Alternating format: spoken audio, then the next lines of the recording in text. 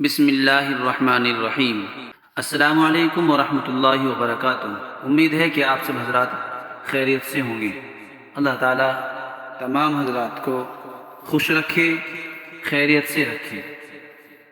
دوستو، آپ صلی اللہ علیہ وسلم کے نسب شریف کی بات چل رہی ہے اور پیچھے سے بات چلتی ہوئی آ رہی ہے، اور انشاءاللہ آئندہ حصوں کے اندر آپ صلی اللہ علیہ وسلم کے زندگی کے حالات، واقعات، یہ سب سامنے آئیں گے۔ تو پچھلے بھاگ کے اندر، پچھلے حصے کے اندر بہت ساری باتیں آئی۔ قریش کے درمیان میں بیت اللہ کی عظمت، وقعت، یہ بات سامنے آئی، اور یہ بات بھی سامنے آئی کہ جو بیت اللہ کے چاروں طرف جو مکانات بنائے گئے تھے اور جو وہاں درخت کھڑے ہوئے تھے، درخت موجود تھے، ان کو جو کاٹے گئے تھے، درخت کاٹنے کی وجہ سے قریش کے اندر کتنا خوف اور ڈر تھا کہ کہیں لوگ ہمیں بیت اللہ کی توہین کرنے والا نہ سمجھ بیٹھیں۔ خیر، وہ ساری باتیں بیان کی جا چکی ہیں، آگے شروع کرتے ہیں۔ بعض مورخین کی رائے ہے کہ بنی کنانہ میں قصی پہلا آدمی ہے جسے سرداری حاصل ہوئی۔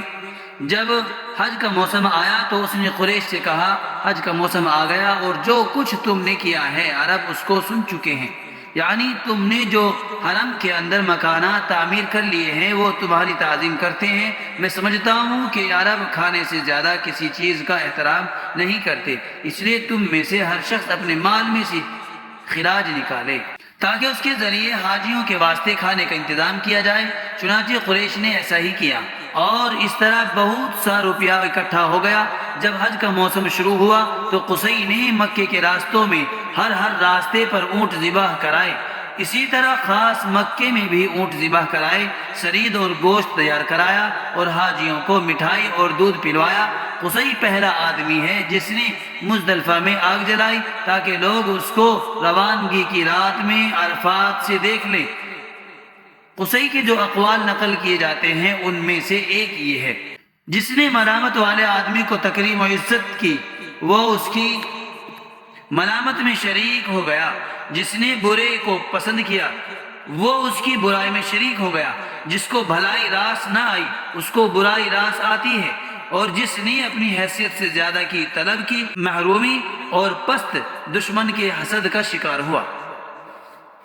جب اس کا آخری وقت آیا تو اس نے اپنی اولاد سے کہا، شراب سے پرہیز کرو، اس لیے کہ یہ بدن کو ٹھیک کرتی ہے مگر ذہن کو خراب کر دیتی ہے۔ قصی مکہ کا تمام شرف و اعزاز حاصل کرنے میں کامیاب ہو گیا تھا، چنانچہ منصب سقایا، منصب رفادہ، منصب حجابہ، دار الندوہ، منصب اللواء یعنی جنگوں میں جھنڈا اٹھانے کا منصب، بقیہ تمام مناصب کی تفصیل اور تشریح آگے آ رہی ہے، اور منصب قیادت تمام مناصب اسی کے قبضے میں آ چکے تھے۔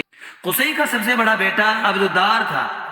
عبد مناف عمر میں تو سب سے بڑا نہیں تھا مگر قصی کے بیٹوں میں سب سے زیادہ معزز اور محترم تھا، اس لیے کہ اس کی عزت اپنے باپ قصی کے زمانے میں ہی ہو چکی تھی اور شہرت ہر چہار طرف پھیل چکی تھی۔ عبد مناف کے اس شرف و عزت میں ان کا بھائی مطلب بھی اس کا ہم پلہ تھا، چنانچہ ان دونوں کو بدران یعنی دو چاند کہا جاتا تھا۔ عبد مناف کی انتہائی سخاوت کی وجہ سے قریش کے لوگ انہیں فیاض بھی کہا کرتے تھے۔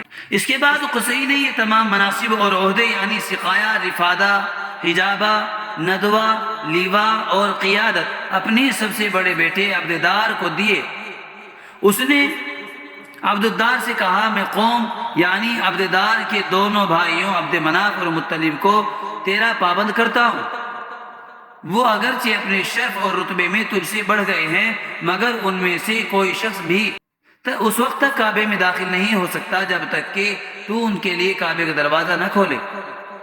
یہ اس بات کی طرف اشارہ ہے کہ منصب حجابہ یعنی کعبے کو کھولنے اور بند کرنے کا منصب چونکہ تجھے دیا گیا ہے، جس کی چابیاں تیرے پاس رہیں گی، اس لیے جب تک تو نہ چاہے گا اس وقت تک کوئی شخص کعبے میں داخل نہ ہو سکے گا۔ یہ منصب حجابہ کا اعزاز ہے، اور جنگ کے وقت قریش کے لیے جھنڈا تمہارے سوا کوئی تیار نہیں کرے گا۔ یہ منصب لیوا کا اعزاز ہے، اور مکے میں کوئی تمہارے سوا کسی ذریعے سے پانی نہیں پی سکے گا۔ یہ منصب سقایا کا اعزاز ہے، اور حج کے زمانے میں کوئی حاجی تمہارے علاوہ کسی کے ذریعے سے کھانا نہیں کھا سکے گا، یہ منصب رفادہ کا اعزاز ہے۔ اور قریش میں سے کوئی شخص اپنا معاملہ تمہارے گھر کے سوا کہیں طے نہیں کر سکے گا، یہ دار الندوہ کا اعزاز ہے، اور تمہارے سوا کوئی شخص قوم کا قائد نہیں بن سکے گا۔ یہ تمام اعزاز قصی نے اپنے بڑے بیٹے عبددار کو دیے تھے۔ دوستو، جو باتیں ہم بتلا رہے ہیں، جو باتیں چل رہی ہیں، یقیناً یہ باتیں سمجھنے کی ہیں اور ان کو ذہن نشین کرنے کی باتیں ہیں، یاد رکھنے کی باتیں ہیں۔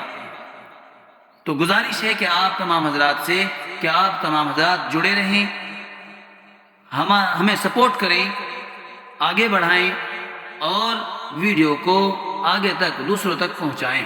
تو السلام، میں اللہ تبارک و تعالیٰ سے اپنے تمام سبسکرائبر کے لیے، فالوورز کے لیے دعا کرتا ہوں، اللہ تعالیٰ تمام کو ترقیات سے نوازے اور تمام کو عزت و شہرت سے نوازے اور تمام کو راحت و آرام، عزت، شرف عطا کرے، آمین۔